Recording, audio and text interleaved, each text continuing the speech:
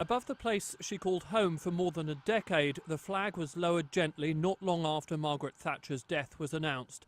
Downing Street was the place she loved. It was the nerve centre of the Thatcher master plan. But on the day she died, the news filtered only slowly among groups of tourists, police officers and those still at work on a quiet Westminster lunchtime. Today's Prime Minister was overseas, though quick to react and to return home. Today we lost a great leader, a great Prime Minister and a great Britain. Margaret Thatcher didn't just lead our country, she saved our country. And we should never forget that the odds were stacked against her.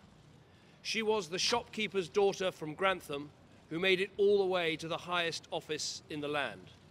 There were people who said she couldn't make it, who stood in her way, who said that a woman couldn't lead, and she defied them all.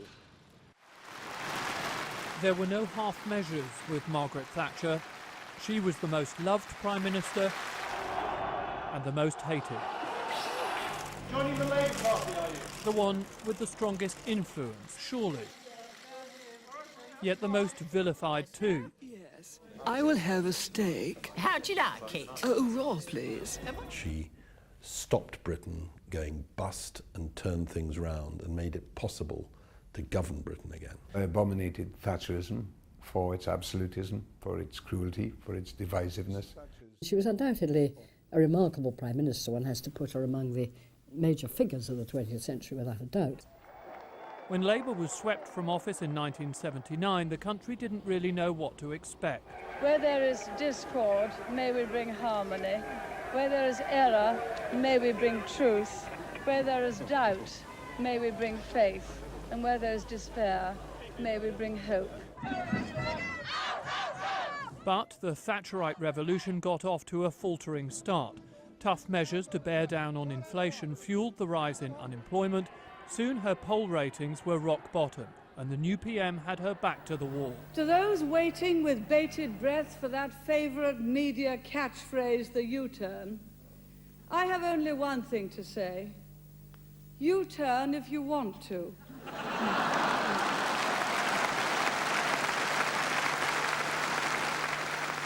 The ladies not for turning. That obdurate spirit would soon be put to the test in an unexpected arena. When the Argentinian General Galtieri ordered his troops into the Falkland Islands, he could have had no inkling of the determination with which Margaret Thatcher would coordinate the British counter-offensive. It was a very, very brave thing to do against all the odds, 12,000 miles. And we now know that probably if one more capital ship had gone down, the whole response of the British to the Argentinian invasion would have failed.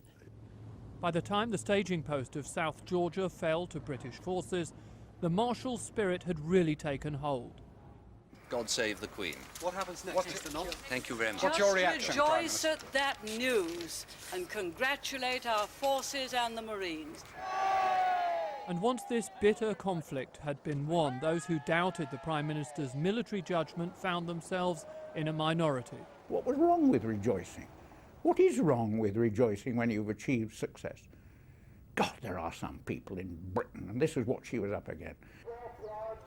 Margaret Thatcher's approach to Northern Ireland was uncompromising too. She allowed 10 Republican hunger strikers to die in the Maze prison, thereby reinforcing her status as the IRA's #1 target. In Brighton, they came perilously close. But in retrospect, for all the bloodshed among those near to the Prime Minister, the bombing succeeded principally in carving a further chapter in the burgeoning Thatcher legend. The fact that we are gathered here now, shocked but composed and determined, is a sign not only that this attack has failed, but that all attempts to destroy democracy by terrorism will fail. For many years, indeed to the last, a group of close friends looked after Margaret Thatcher, housing her in the Ritz Hotel as her health failed. Many more supporters will have the opportunity to voice their tributes as preparations for a full ceremonial funeral at St Paul's are completed. We shall not be censured for what is Of all modern-day politicians, Margaret Thatcher is the figure against which others measure themselves. Measure their aspirations, measure their achievements.